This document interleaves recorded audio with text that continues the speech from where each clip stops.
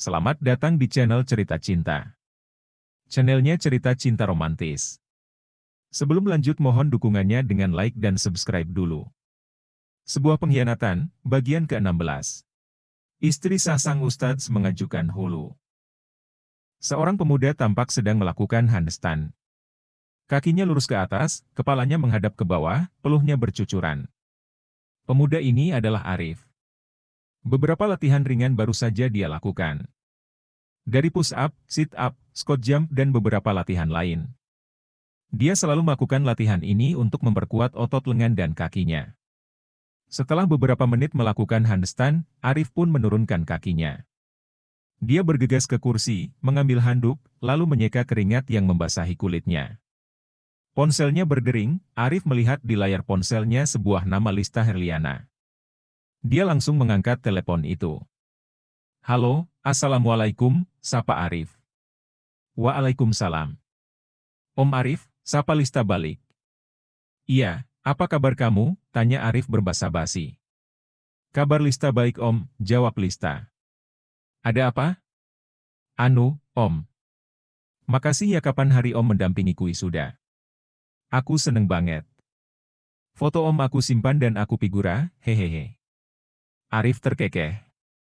Waduh, buat nakutin tikus? Ih, ya enggak lah, om. Lista nggak sejahat itu, masa, buat nakutin tikus?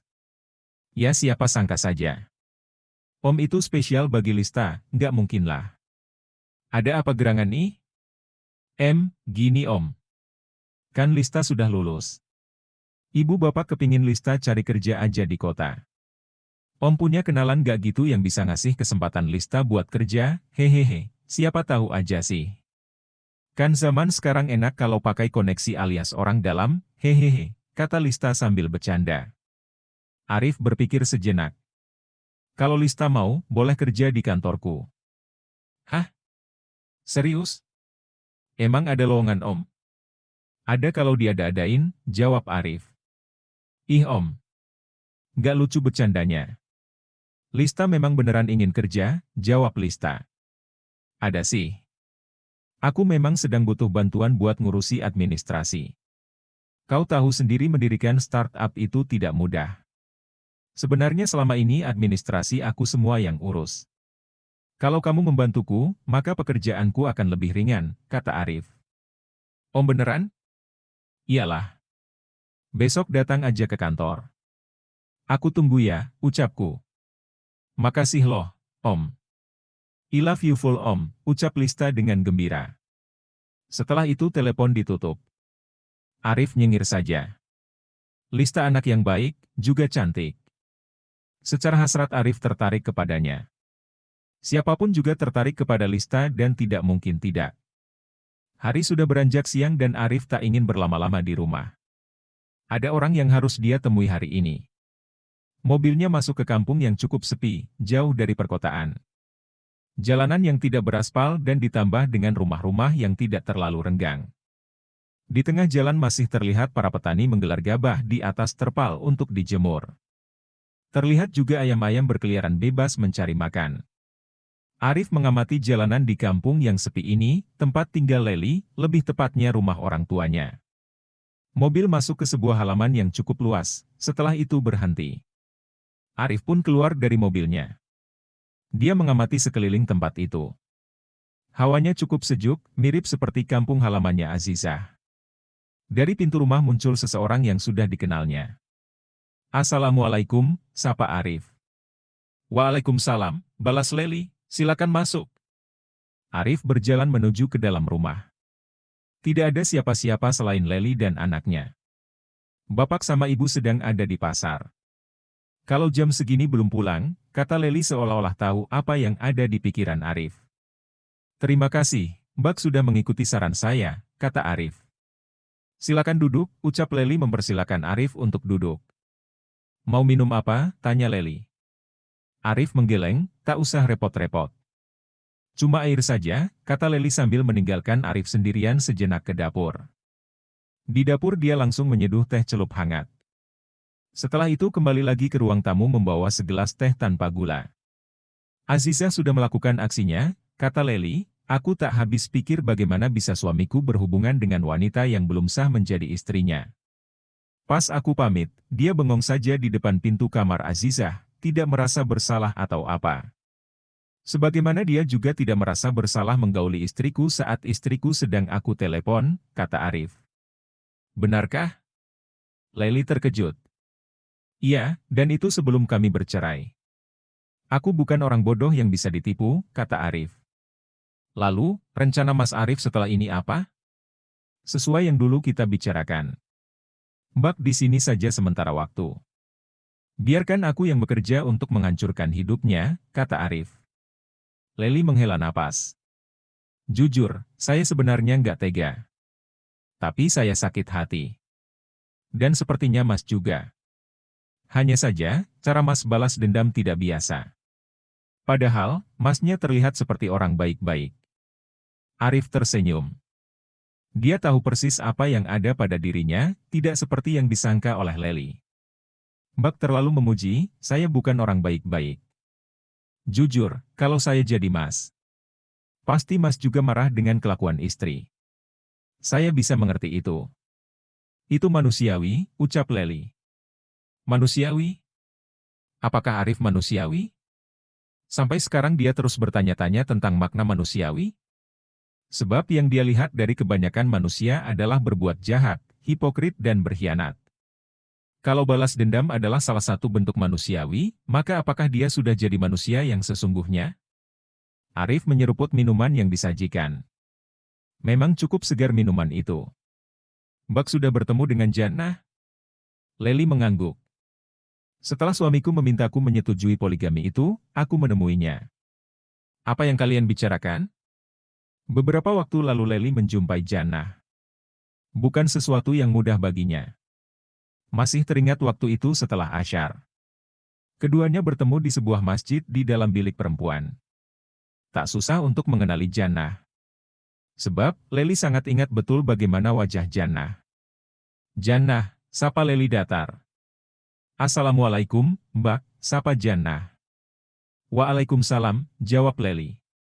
Jannah lalu duduk di depan Leli. Suasana masjid saat itu sedang sepi.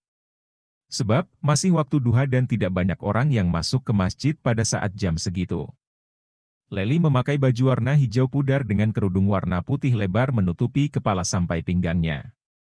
Matanya menatap Jannah dengan tatapan menusuk, sebagaimana orang lain akan marah jika mendapati kalau orang yang ada di hadapannya adalah perusak rumah tangganya. Leli menampakkan mimik wajah yang tenang. Namun, dadanya bergemuruh hebat. Kamu katanya sudah janda cerai. Jannah mengangguk, iya, Mbak. Siapa suamimu sebelumnya? Jannah menarik napas dalam-dalam, namanya Arif. Dia sekarang sedang membuka usaha sendiri. Kamu meninggalkannya dan lebih memilih suamiku? Kamu tahu suamiku masih punya aku? Jannah terdiam. Dia juga bingung ingin menjelaskannya. Kamu sudah berapa lama berhubungan dengan suamiku? Tanya Leli. Sudah lama. Kami dulu berpacaran, jawab Jannah, tapi dia tidak menepati janjinya, pergi tanpa sebab, tanpa kabar. Apa yang ingin Mas Talib lakukan adalah untuk menepati janjinya, itu saja, Kak. Aku tahu, Kakak tidak akan sudi mengizinkan, atau akan marah kepadaku, tapi aku lebih baik hidup bersama Mas Talib daripada bersama mantan suamiku. Kenapa? Apa suamimu tidak mencintaimu lagi? Jannah menggeleng. Sebaliknya, dia sangat mencintaiku. Kau tahu ada orang yang sangat mencintaimu lebih memilih mengkhianatinya? Kau sudah gila, ucap Leli yang mau tidak bisa membendung amarahnya. Aku akan lakukan apapun untuk lepas dari suamiku. Apa yang sebenarnya terjadi dengan suamimu? Tanya Leli. Mbak nggak akan percaya dengan apa yang aku akan ceritakan, tetapi aku lebih baik menyimpannya. Semua juga demi kebaikan Mbak sendiri. Leli tersenyum sinis. Bilang saja kalau kau emang PL. Aku akan terima semua tuduhan Mbak. Saat ini yang ingin aku selamatkan hanyalah diriku sendiri. Meskipun itu mendapatkan hinaan dari Mbak, ucap Jannah. Matanya tampak berair. Mbak nggak bakal paham memiliki seorang suami seorang psikopat, Mbak juga nggak bakalan paham telah melahirkan seorang anak yang sifatnya sama seperti bapaknya. Ya, darah psikopat itu menurun ke anakku. Leli menceritakan kepada Arif apa saja yang dibicarakan oleh Jannah. Tapi perempuan itu tak menceritakan ketakutan yang diutarakan oleh Jannah. Leli memperhatikan Arif dengan seksama. Benarkah lelaki ini seorang psikopat? Untuk beberapa saat Leli memperhatikan mimik wajah Arif.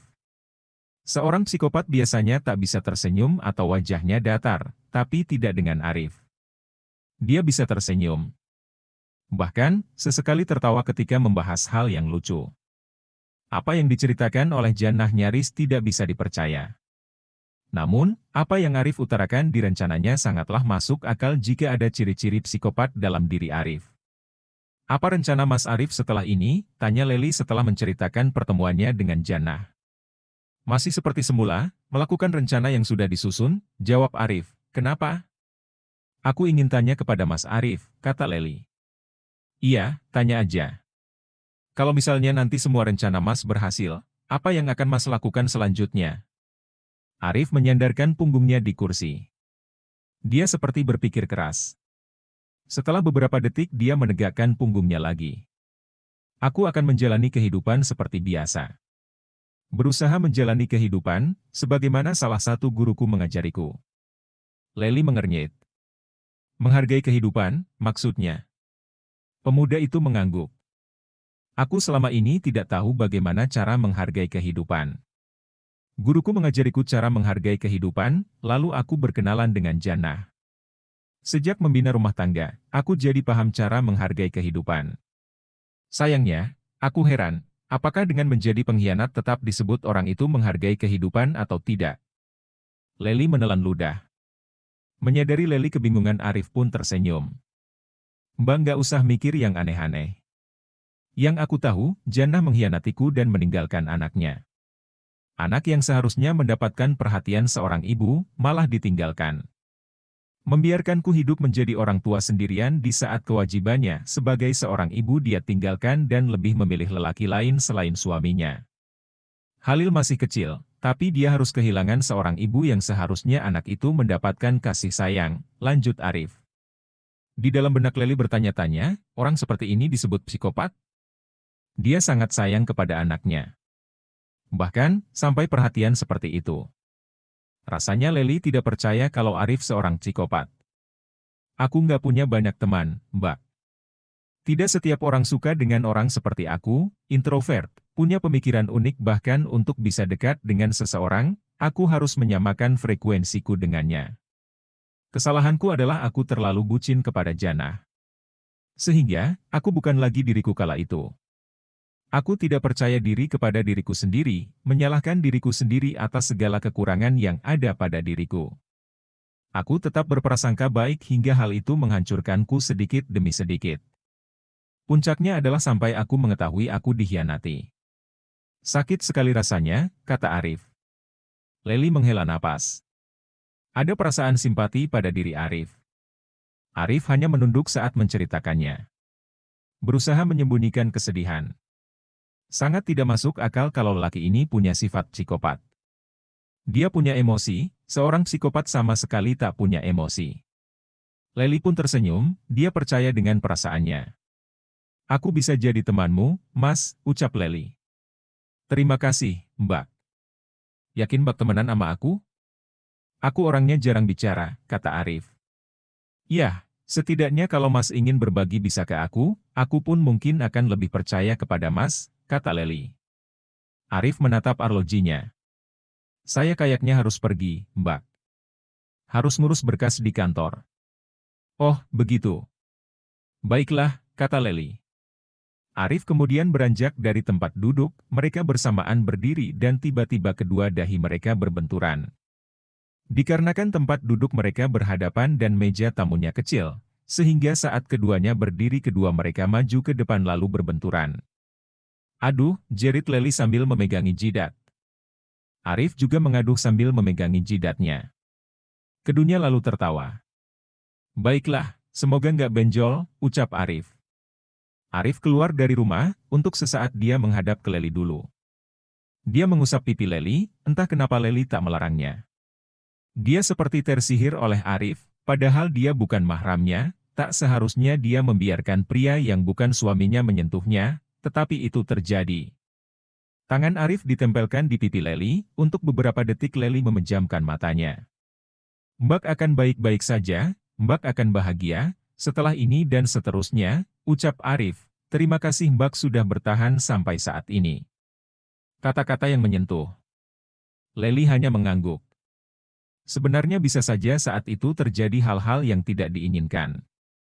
Mereka sedang sendirian ditemani anaknya Lely, Arif bisa saja mencium Lely, toh dia sudah tak ingin bersama suaminya lagi. Arif bisa saja menggunakan kesempatan itu, tapi tidak dia lakukan. Arif pun pergi meninggalkan Lely, menarik tangannya yang hangat dari wajah Lely, meninggalkan kesan yang tidak akan pernah dilupakan oleh ibu satu anak ini. Perempuan itu hanya melihat Arif pergi menjauh dan hilang dari pandangan. Jantung Lely berdegup kencang. Ini baru pertama kali dia mengalaminya. Kenapa aku tadi membiarkan dia menyentuhku, gumam Lely, tidak, ini tidak mungkin. Apa yang aku lakukan? Hari-hari berikutnya yang ada di pikiran Lely adalah Arif, Arif dan Arif. Kejadian yang dia alami selama ini membuatnya sadar, kalau lelaki itu memang benar-benar ingin menolongnya. Lely sudah tidak peduli lagi dengan suaminya, bahkan mengajukan hulu kepada sang suami lewat pengadilan agama. Alasannya, tentu saja orang ketiga. Tentu saja Talib yang menerima surat dari pengadilan agama merasa terkejut. Bukankah dulu Lely menerima dipoligami, tentu saja surat gugatan cerai dari pengadilan agama yang dia terima sangatlah tidak wajar. Namun, ketika dia menyadari peristiwa di hari Lely pergi dari rumah, Talib mulai mengerti. Lely mengetahui apa yang dia lakukan dengan Azizah. Tak seharusnya seorang ustadz berzina dengan perempuan yang belum menjadi istrinya. Bersambung.